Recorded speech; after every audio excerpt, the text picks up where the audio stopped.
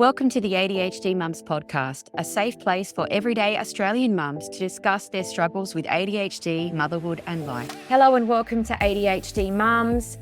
We have the most exciting hour I've had this year or last year or in the last 10 years, probably since I started having children. We have one half of the Attwood and Garnet events. We have Professor Tony Atwood with us. Welcome to you, Tony. Thank you there, Jane. I have been counting down just like Christmas Day. That's where my life is at. So I'm so grateful for your time, Tony. Thank you so much. Thank you. Excellent. If you don't know who Tony Atwood is, I think most people on this podcast will know who he is. If you don't, we will put all of it in the episode notes, so you don't need to look anything up now. But just as a bit of an overview, Professor Tony Atwood is one half of the Attwood and Garnet events. Dr. Michelle Garnet, unfortunately, was sick today. That's okay because we have Tony, and I would have been devastated if he cancelled. So I'm more than appreciative of that. Tony and Michelle both have over combined 70 years experience. That's 70. This is being very pedantic, almost autistic, like in Oh, please, Tony. It's over 80 years. You know what, Tony? This makes me feel at home. Every single thing I say to my children is corrected, and to my husband. So this is something I'm familiar with. And plus, I've got such good ADHD, the details to me sometimes not important. Yes, they have over 80 years of combined experience. I could just read out all of their credentials, but just know that Dr. Tony Atwood is one of the most specialised and experienced professors and psychologists in autism. Here's Tony. So, Tony, I just wanted to start off by saying I think I've done nearly all of your courses from your Attwood and Garnet events. Thank you so much. They are so validating for a parent of a child that's neurodiverse. I absolutely love them. And when I was right deep in diagnosis and stress and worry, it was a real lifeline for me. So those courses, I have to tell you, are so good. Yeah, there's not only the sense of clinical knowledge, it's also personal knowledge with both our families. There is neurodiversity on both our sides. So we know this from a parent's point of view, but also from the professional point of view. So we combine the two. I think that's probably what makes it so special, because it is personal experience plus expertise in the area combined. It doesn't get any better than that for me. What I really wanted to do was I thought, let's deep dive into some of the stuff that might be beyond common knowledge. We can look at the differences with autism in girls, but let's go in depth because that's what I really love to do. So we are going straight into one of the biggest things that I get DM'd about, and that is the process of assessments, the way it works, and how frustrating it can be, what changes could be upcoming, what we can do about it, is the overall theme of the episode. First question is that many of us mums of neurodivergent children are frustrated with the process of waiting a year or more for a paediatrician to have our daughter particularly then not meet the criteria of the DSM for ADHD, or coming out at the end of an autism assessment and not meeting criteria due to masking or camouflaging.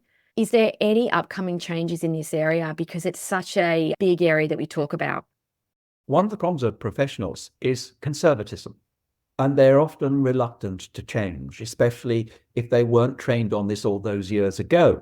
Now, our knowledge of certainly of autism, but to a certain extent of ADHD, is very boy-orientated. Partly because boys, in many ways, externalise. They're disruptive. They're a problem. They annoy the teacher and parents and so on. And so there's a push really to get them recognised. What we find is that girls tend to internalise. They suffer in silence. They blame themselves, or they camouflage. They hide all their characteristics so they don't want to be noticed. So the signs in the girls are often more subtle. Now that means I'm not diagnosed. It means that whoever's doing the diagnostic assessment needs to be trained and experienced in the subtle signals. I'll give you a quick example: eye contact. And the pediatrician or adolescent psychiatrist, maybe psychologist, says, oh, can't be autistic, they gave me eye contact. The question is, yes, they looked in the region of your eyes, but did they read you? It's like saying, oh, yes, they can read, but all they're doing is looking at a book. And they're looking at the pictures, but they're not necessarily reading the text. So it's really identifying, is this something that has been acquired or learned or is camouflaged And that takes a fair degree of expertise. It's the quality that matters, not the presence or absence of a skill. So it's a big bugbear that you do spend a year. It might cost a lot of money as well for people to go out on a limb. They finally get to the pediatrician after possibly getting turned away from the GP, the teacher saying it's all fine. You finally get there to find that you don't meet criteria in something that you as a mother know in your heart to be true. Sometimes as parents, we can see something going on and maybe there's stuff going on in the family. Are there any changes coming up? Because as this becomes more prevalent, people are talking about it more. Can we expect to see any changes in the criteria? I think there will be, but I'll go through several comments on what you were saying a moment ago. And that is, I trust mum's intuition because they see things that other people don't see. Sometimes the kids can hold it together, camouflage and suppress the ADHD or autism at school. And it's only there at home. Now, the thing is, parents may not have the vocabulary and the terminology used to describe it, but usually a parent is, should we say, going to be reasonably accurate in their description. The way they would describe it is it takes you 7 years to get a PhD. Now, I would say that mum has an honorary PhD in the study of their child. So they should be looked on as having a doctorate in the study of their child. They know their personality, what works and doesn't work. And parents are often worried about things, but may not be able to describe it in the way that the professional really understands. Yeah, exactly. And look, this is where I think TikTok and this podcast that I run as well, I think it's really validating because sometimes it can put words into things that the parent's feeling but don't understand. For example, when my daughter was spending 90 minutes putting her socks and shoes on every morning for prep, if I had been on TikTok and noticed that and saw that from a particular autistic or ADHD video sequence, I might have seen that as a sensory issue. But without seeing that, you don't know, and you just go back to forcing because you don't know any better. There's all this talk about that the assessment criteria may change. Do you think that will likely to happen, or is that probably not? I sincerely hope it does because it's devastating. It's all deficits.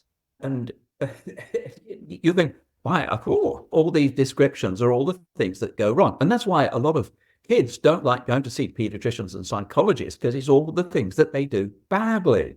I often try and start off the session about what's going right. What are you proud of? What have you enjoyed? Then go through the various issues and then end on the successes, because otherwise the kid feels you only talk about what I do wrong. You don't notice what I'm doing right or how I'm trying to cope with this.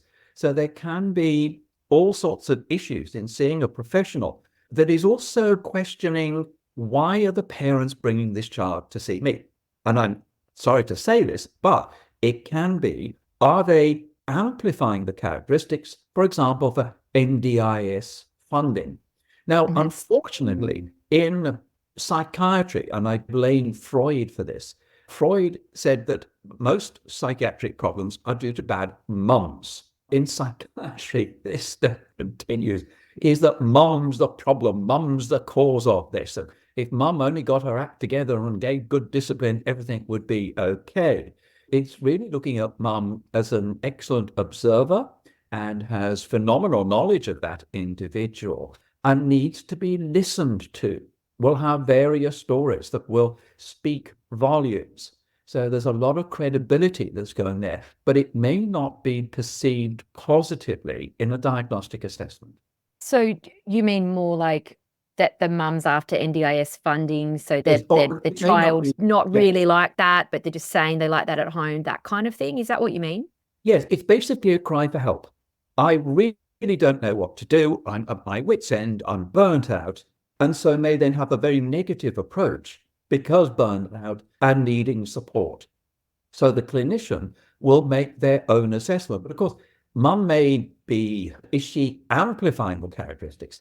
But then the child may be minimizing them. Have you got friends? Oh, yes, I've got lots of friends. I've got 8 friends. Do you meet outside school? No, but I got 8 friends there. We talk together at lunchtime. And all they do is talk and then drift off. Do all sorts of things may be that the child themselves may be thinking, I don't like this place. I know how to fake it and get through the exam and to pass it. And the passing means I'm not diagnosed. Yeah. And that's sad, isn't it? And then I also wonder if mums maybe amplify it because they're so desperate they've been turned away before. Yes, Because, exactly. yeah, so then they're just really hammering and intense on all the worst things because they want to make sure that someone's hearing them and something happens. That's what I'm wondering. But what they're saying is, please take this seriously. I'm Mm. needing help. And I really need to tell you, and you need to listen to the problems that I face to know what real life is like. Because for the 20 minutes, half hour in that diagnostic assessment session, you're seeing an artificial, behaved, best circumstances child, but you're not seeing what goes on at home when they come home from school, when they can't get what they want, all those sorts of things, and the scaffolding and support that parents have to provide. Oh, that's really interesting. I think I was probably really lucky. I went up to an equine farm to a clinical psychologist, and I went to the bathroom, and my 3 children interacted in front of 2 psychologists so I could go to the toilet, and they were their natural selves. And then Mm. we were very quickly ushered into an assessment room. And yeah, I agree with what you're saying, because if I had have taken them one by one into a small office, they probably would have been perfect. It will. And one of the things that I sometimes ask parents to do if they're going to have a diagnostic assessment is find out what the diagnostic criteria are. You can find them on the internet for ADHD and autism, and have almost like a diary with one of the diagnostic criteria at the top of the page.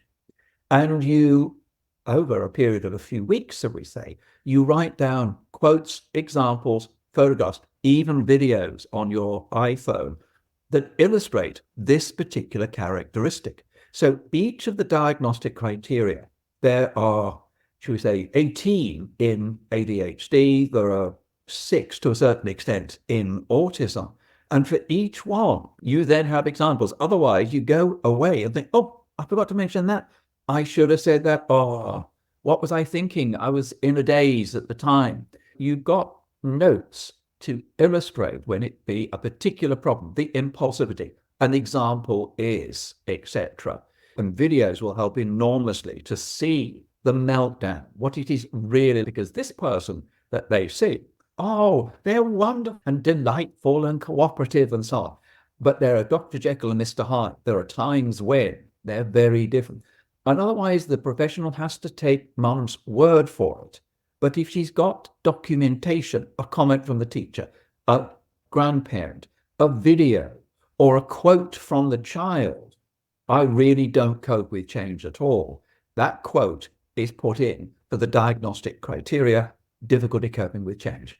Oh, you know what? That seems so obvious when you said that. It's a really great point, actually. And I suppose it comes back to as well the neurodivergent woman and mum. The appointment's coming and you think you'd be prepared, but then on the day, maybe you do think later, or maybe the anxiety cripples you and you can't think. It's a great point to put that time in preparation, even if you have to maybe body double with a friend to do it. Yes, it's valuable information because some of it can be objective because it's a comment from the teacher.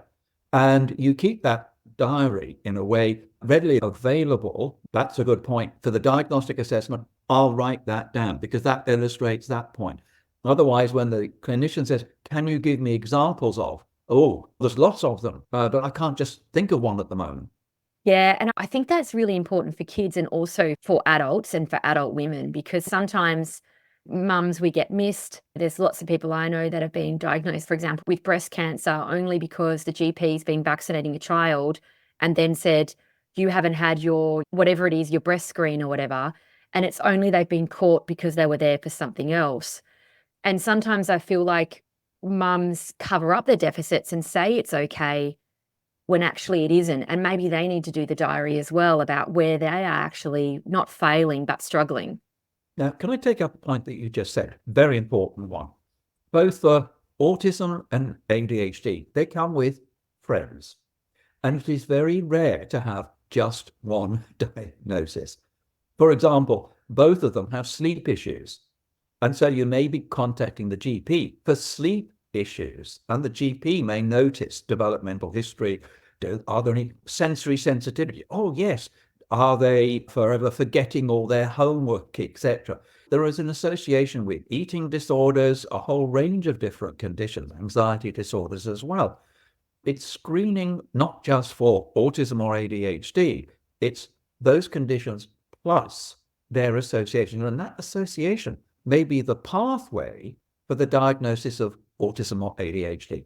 Oh, that's a great point. Yeah, because you do see people that will list out, particularly online, they will list out a lot of symptoms of ADHD and autism and ask for a referral to a psychologist or suffering from burnout. And you never want to jump in and say something online that's not correct, or I'm always very careful with that. But I think the awareness is coming, but possibly that diary entry analogy is a good idea for mums as well. Yeah. And one of the things that you asked the original question, are there going to be changes in DSM? What I Yes. would like to see as a change is to have a list of the positives. In Great other words, point. that their sense of hearing is phenomenal. Their energy levels at the beginning of an activity are phenomenal. Their creativity. In other words, both autism and ADHD have the difficulties, shall we say, but they also have the talents. And we're focusing on the deficits, which makes the person feel very negative towards the diagnosis themselves. Because the ultimate question is, what does the child or adolescent think of the diagnosis? And so it's also going through that great attention to detail, that flexibility in thinking, etc., that wonderful sense of humor, that degree of kindness. So it's also looking at what are the positives associated with both diagnoses that are explored as well. So I'd like to see it as a balance, because otherwise the view is this is an aberration that must be corrected rather than embraced and accepted and accommodations made. Oh, I love the way that you talk about embracing autism in your courses. It actually really reframed the whole thing for me early on. So I just thought that was incredible. I totally agree with you. I think there's so many things that we could discuss, but the diagnosis assessment and the NDIS process, listing out every single negative thing with your child, with yourself, is just so draining when there are those positives. And when you're looking for positives, you'll find them. When you're looking for negatives, you'll find them. And we don't want to view our children or our partner, ourselves, just through negative lenses of what we can't do. Now, another related issue is when these problems occur, often for mums, one of their first thoughts is, what's wrong with me? Because one of the reactions is, what am I doing wrong? Or what's a fault within me that is producing this? And actually, it can be very calming and good news when the diagnosis is confirmed. And I have sometimes said, it's not bad parenting. This is a problem the child is trying to cope with. You're trying to do the best that you can. You don't get this pattern of behaviors by bad parents. Oh, absolutely. And one of my friends who has a daughter with ADHD, she said to me the other day, I just feel so bad for working full time when I was pregnant with her. And I said to her, it's so interesting that you say that, because one of the things that helps me sleep at night is I had my first daughter who I was completely not stressed at all. I was actually on maternity leave pretty much the whole pregnancy, and I was absolutely not stressed, the most relaxed I've ever been. And her symptoms are probably worse than the ones that I've actually been stressed about later on. And I did have a couple of stressful pregnancies, made no difference. Yeah. Now, you've raised another point there, and that is, if the child in question is your first child, your only child, then you're not quite sure what is typical. Sometimes a grandma can say, no, this isn't, or your friends who are having children at the same time, and you compare your child with your friends' children. That's when you start to pick things up. But you do need to know what is normal. Should we say all the characteristics of autism and ADHD exist in the ordinary population? Nothing is unique. So it's basically saying, is this person beyond the usual expectation range? And it's the pattern, not the presence or absence of a particular characteristic. It's the pattern that makes the diagnosis. Yeah, it's so interesting, isn't it? As a parent, you don't know. So I still remember being on the assessment couch when they were talking about my daughter, trying to get me to be open to an ADOS. And I was like, not open at all. And then they were listing it off, trying to like get some evidence to get me to agree, which was absolutely the right thing to do. But when she was listing the symptoms, I was like, no, I do that. That's fine. No, I do that. That's fine. And then I just felt like I'd been punched in the stomach when I put it all together. I had to put my head in my hands. I'm like, oh, I just need a minute. Now, Jane, you mentioned something that's very important because we're finding a lot of referrals for diagnostic assessments of mums, and their thought of autism has come through the confirmation of their son or daughter's autism. And they say, oh, but I used to do that. That's perfectly normal. And then you'll watch the clinicians go, write things down because it's indicating that, as the Americans would say, the apple doesn't fall far from the tree. There are many reasons why autism and ADHD occur, but one of them is it congregates in families in varying degrees. So it's really exploring the family history of similar characteristics. Sometimes I'll ask, is your son or daughter like anyone else in the family? And my mum says, I was like that as a kid. Interesting. There's nothing quite like that experience. One of the reasons I do the podcast is because it's so good to have a community of people that get it. Because when you drive out of that, you just feel so alone and deflated and confused. So it's a hard one. Can I make a comment on that? Mm. In all what are called developmental disorders, you're having something which is often a developmental delay.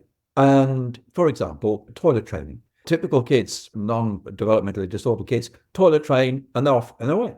But for a kid who's not toilet trained, he's 3 years old, and then he's toilet trained, you go, yeah, but all your friends are, yeah, so what's wrong with that? But that's where you need parents of similar kids who also open the champagne to share the joy of what has been achieved because they know the effort and the significance of that sense of achievement. So it's an audience that can not only give you encouragement, but also applaud what you've achieved because they know what it's all about. Oh, I totally get it. My son actually turns 5 tomorrow. He's 5. We've been toilet training for 2 years, like hardcore. And I said to my husband today, I was like, let's have a champagne tomorrow because I think we might have toilet trained him. And you're right. Like there's no one really that quite gets it when you've spent 2 years every single day and you've cleaned up undies and it's just goes on and on. And you're like, you think you've cracked it, but everyone else has cracked it what seems years before. Yeah. So yes, you need an audience of applause for what you've achieved because they really do understand the amount of effort that went into it. Oh, absolutely. So if we go back to the assessment tool for just a moment, what do you think would be the trickiest criteria within kind of ADHD and autism assessments that a lot of women or girls get tripped up on and probably, let's say they do want to do the video, but they can maybe only do it for a couple of tools. What would be the trickiest ones you think? The essence of autism is the social. It's understanding people. And that's something that's variable in interpretation. For example, in my clinical experience, there are autistic kids that I've diagnosed, and I will say this within 15 seconds. Yes, because it's the way they talk, walk. You just go, yep, I'm sorry, but I've got to go through all the formal parts. But I knew when they walked in the door. I'll give you an example. This was a kid I saw who was 4 years old and collected him with his mum from the waiting area, went into the clinic room, and she sat down and said, how can I help you? And she said, I want to know if he's autistic. And I said, yes, he is. And she said, how did you know? Because from when I picked him up, in 10 seconds, he gave me a lecture on petrol Bowsers. 4-year-old kids not to do that. It's the way he did it and it's enthusiasm and so on. And it was confirmed. There are those that are very obvious, and an experienced clinician can pick it up very quickly. But what you're doing as a clinician is you're looking for alternative explanations for this characteristic. And more importantly, how is it being acquired? Another illustration I use in diagnostic assessment for autism, in the ADOS, as you mentioned, is the ability to use social gestures. But what you find is the gesture, I don't know. And you learn about that's the same gesture every time. It's stylized. It's the right gesture. And according to ADOS, tick the box, they use the right gesture. But there's no variation. It's an imitation. So you have to look for some beyond the superficial and go to deeper level. That requires skill. And when you're doing this, you are aware that this is an anxiety-provoking situation. So are any issues due to anxiety? And you've got to really go through the quality.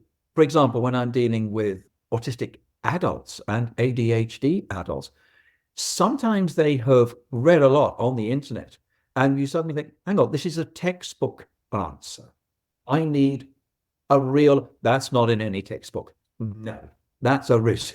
That's not a fact. So what's happening now is people are much more knowledgeable, and you've just got to check for genuine instances that you realize, no, that's not coming back from a book that I've written, for example. Oh, okay. Yeah, someone just spits back out the answers. That's a great point, actually. Is there anything that we can do as mums to try to prepare better to get a really accurate assessment? Okay, I think one of the things is you do need to talk to the child about what's going to happen. Why are you there? And it's a new situation. The person is an adult. They're not a teacher. They're not a family member. They're asking personal questions about you, but where is this going?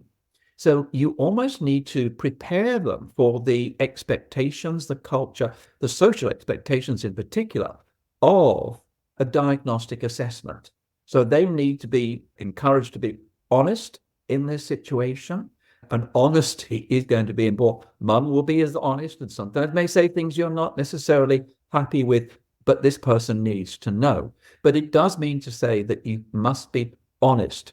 If it may be in attention span, for example. No, I'm fine, I'm okay. But actually, when you get home, you say, I was drifting away, the teacher's boring, I can't concentrate. It's those sorts of things. You're not in trouble. You're not getting consequences or punishment. They just want to know the truth. It is not an assessment of you in the sense of being in trouble. Okay, so they're not going to then cover it up. So one of the biggest issues that I see, and I just get DM'd about it all the time, and I do think it's probably not the most efficient process, to say the least. But a lot of mums with neurodivergent children, or they're people that want to get their children assessed, they're seeing some things, they often, I've noticed, will go through to a clinical psychologist first.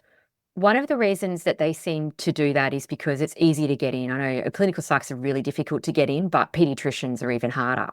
And often as well, you can get in without a referral from the GP if that's a barrier. That was a barrier for me. I couldn't get a GP to write me a referral to a pediatrician. Sometimes they'll find themselves at a clinical psychologist because they're purely desperate. But it can be a great thing too, because they can get on the NDIS and they can start therapies. I have so much gratitude to the clinical psych that picked up all three of my children when I went to the toilet that time. But then at times, then it feels like such a stupid process, if I can say that, because then at some point when you've done all the therapies, you do begin to consider medication, possibly, if that's the right fit for you. But then, of course, the clinical psychologist that's been treating you or that's been doing the therapies can't prescribe anything. And you have to start again with the pediatrician, which is just, it can be really heartbreaking. It is a problem, and certainly medication can be valuable. It is stimulant medication, often in ADHD, and that's been around for decades. Usually medication for autism is for anxiety, which can be a major factor. Now, the difficulty is that there may be recognition from the clinical psychologist and from the parents that we've tried everything, but there's a missing part of the puzzle. And although we've tried all these various strategies, it's still not working as well as we would like to do. Is it worth experimenting with medication? Now, shall we say the stimulant medication is a restricted medication because it has street value. It can be misused. Drug addicts will take it for a variety of reasons. So the government is very concerned if it was freely available, in other words, if psychologists could prescribe it, will that increase the amount of stimulant medication on the drug illegal market? Now, what I would like to see considered is GPs being able to prescribe, because they've known the family for that length of time. They had the reports from various people. They're the central hub for a lot of assessments. Everything goes to the GP. And I do think that GPs, in a GP practice, to have at least one of the GPs, if not all GPs, have training in the do's and don'ts of prescribing stimulant medication, because that's much easier than going to a complete stranger. And you say, but I've got to go through it all again with the risk of not being believed. I would like to see GPs more able to prescribe. GPs can prescribe medications for anxiety. That's not an issue, but it is for ADHD. And what we do find is that the value of medication is very important, especially for ADHD adults now. Yeah, exactly. I went down to a conference in Brisbane. I was actually hoping you guys would be there on neurodiversity. It was through the AAPI. And the consensus in the room when they had a big round table at the end was it would be great for clinical psychs to work in with the GP, particularly to minimize just having to go through it again for the child and for the adult. Sometimes I lay awake at night and I dream that would be a possibility. And then sometimes I wonder if that's just like asking for the world and it's not possible. Do you think that would ever actually happen? Do you think we're close? I think it's possible. Certainly, I know that in the United States, in some states, clinical psychologists can prescribe certain medications. So that precedent has been set. In my own clinical training, I was trained in the UK in psychopharmacology to the same level as psychiatrists. However, in Australia, you can't prescribe. And it's not that I want to prescribe, but what I don't want is a delay in accessing something that could be very helpful.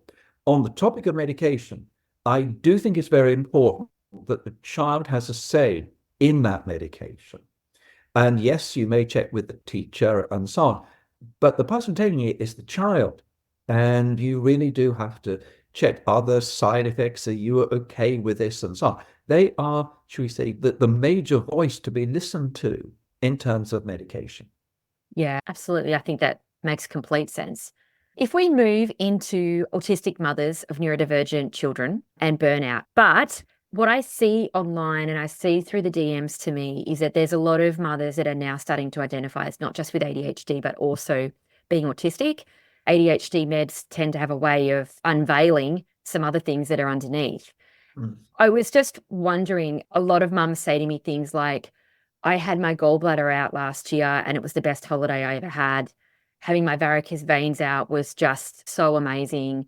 And they will talk about going to hospital for a small operation and go there for a week to recover because they're so exhausted. I was wondering, how does autistic burnout look like in a mum who just has no choice but to continue? Okay, my first comment is often the last person to know is the mum herself, who soldiers on, I'm fine, no, I'm okay, no, because they know there's no understudy. There is nobody who knows that child as well. Who's going to do it? Grandma, but I have to do it. It is my role.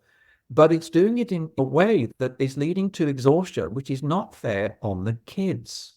And one of the consequences that we talked about autistic burnout in the presentation, but another factor is the siblings of the neurodivergent who say, I can't tell mum of my problems because she's got enough to worry about. That's heartbreaking. It is. And they're being very kind on mum, but I'm having real problems, but she's got enough. I don't want to give her more problems. Now, what happens is a mum will start to realize that I have no energy, and the burnout is very much a similar presentation for depression. There's no energy to do things. There's a sense of negativity as well.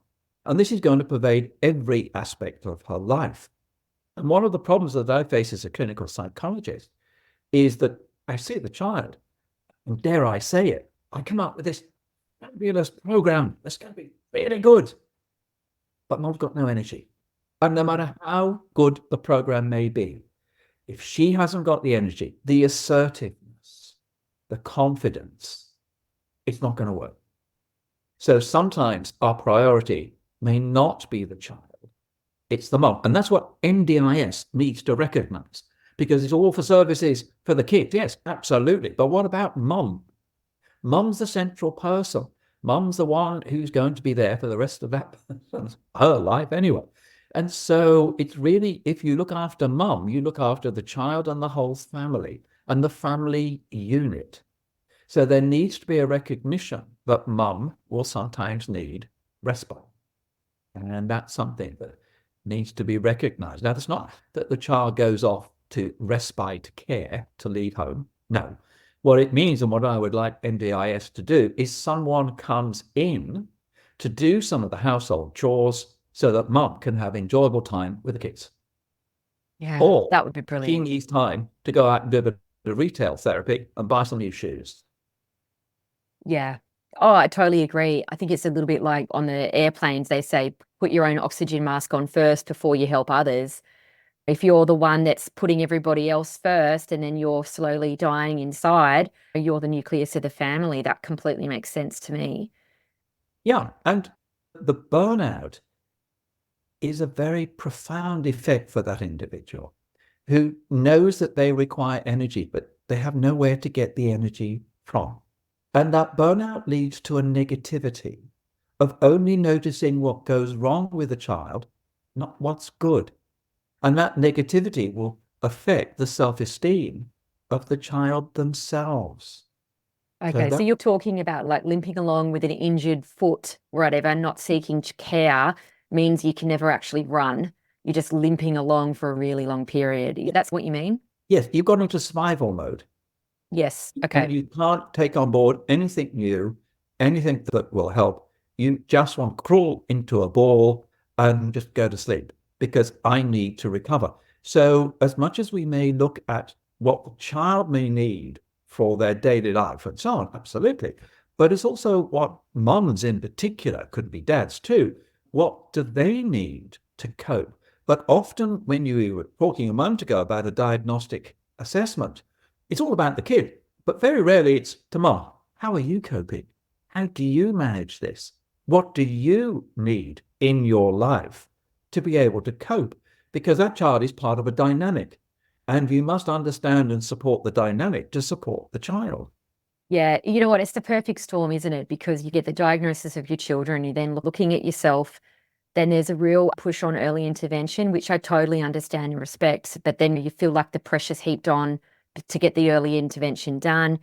The NDIS funding is possibly there, but if you don't use it all, then you have it taken next year. Then sometimes I remember a psych said to me, make sure you give yourself time to process. And I was like, it's laughable at this point.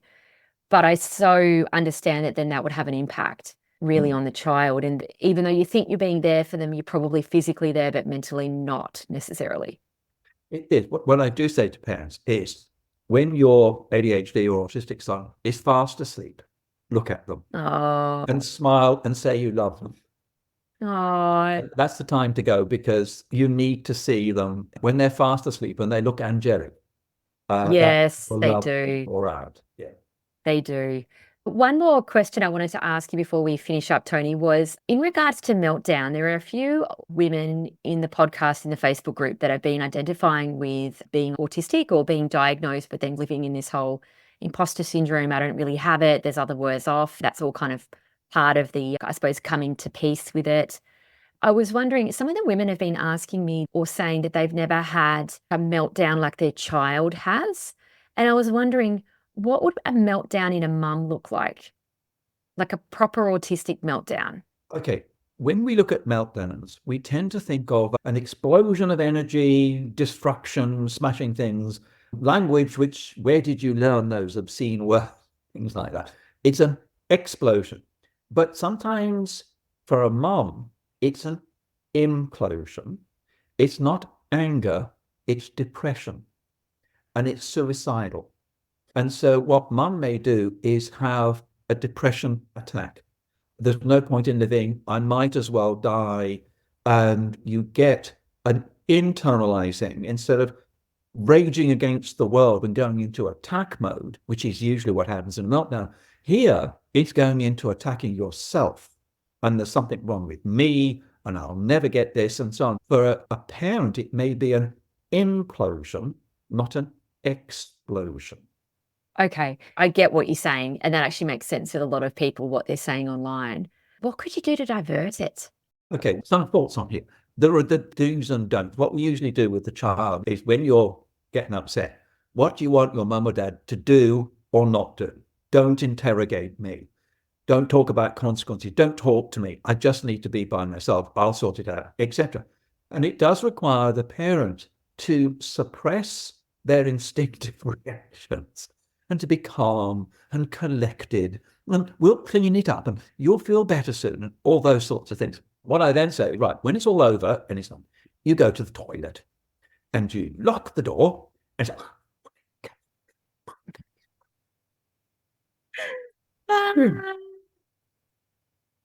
and then you open the door. Hello, darling. You need to get it out of your system, because if you suppress it too long, it's going to affect mum's mental health. So you need to release it. Do you know, that is so funny. I just convinced my husband yesterday to let me have a tiny house on our property. Mm-hmm. And when the builder came yesterday, he kept asking me about colours and stuff. And I was like, I don't really care. But can you tell me about soundproofing?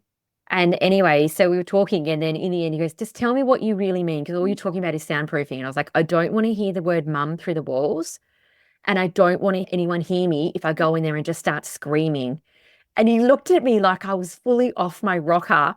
But I was like, I just need somewhere to let it out that no one can hear. The neighbours don't hear it, because otherwise I have this facade of being able to cope and everything's okay and so on. But you're human. And there are sometimes when you're like a sponge, you've absorbed it, but you need to wring it out. And sometimes it's almost like I want to go on a roller coaster and scream. I just want to smash it. What we do is what we call it constructive destruction. You have something in there to smash. Sometimes it can be anything. You just got to destroy it. It's something that isn't bad.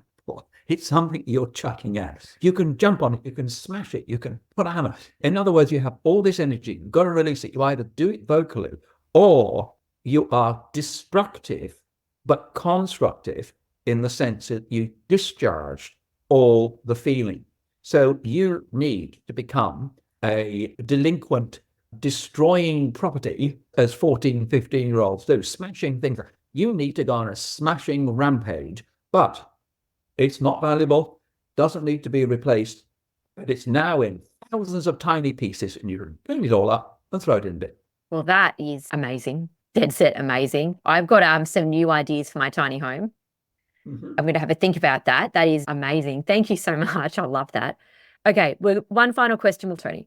If you had one message to give mums of neurodivergent children, particularly who have daughters, what would that be? Unconditional love. Oh, that's beautiful. It is. Because in the long term, despite my problems, mum always loved me. That's the best thing that you could say about a parent. Despite all my challenges, I know I was difficult. Despite that, she loved me. That's the best. That's beautiful. I read a beautiful book. It was called Saving Noah. It was about a mother of a pedophile, or he'd done some things he shouldn't have done. And the way that she loved him and what she did for him was just incredible, because she loved him regardless of his actions. And I just thought it was one of the most incredible books to see her advocate for her son over and over again. And I thought that was brilliant. Okay. Thank you so much, Tony. That has been, oh my goodness, even better than I thought it was going to be. Thank you so much. Thank you. Thank you for enabling me to be free to say some of the things in the particular structure that I think aren't the usual sorts of things that are said, but they come from experience as a parent and professionally. And those are the things that I have discovered over time that I want to pass on. Oh, absolutely. Look, thank you so much for your time, Tony. If anyone would like to hear any more about Tony Atwood and Garnet events, I'm going to have everything in the episode notes. If you jump on their websites, I absolutely recommend all of the courses. I haven't finished yet. They are just very neuroaffirming. They make you feel good about yourself and good about your child, which is just so needed sometimes. Thank you so much. Okay. Thanks very much, Jen. The key message here is you are not alone. Thank you for listening. If you enjoyed this episode, follow us on Instagram or head over and join our amazing ADHD Mums Podcast Facebook community. Everything you do matters and helps to spread the word about what neurodiversity in females looks like.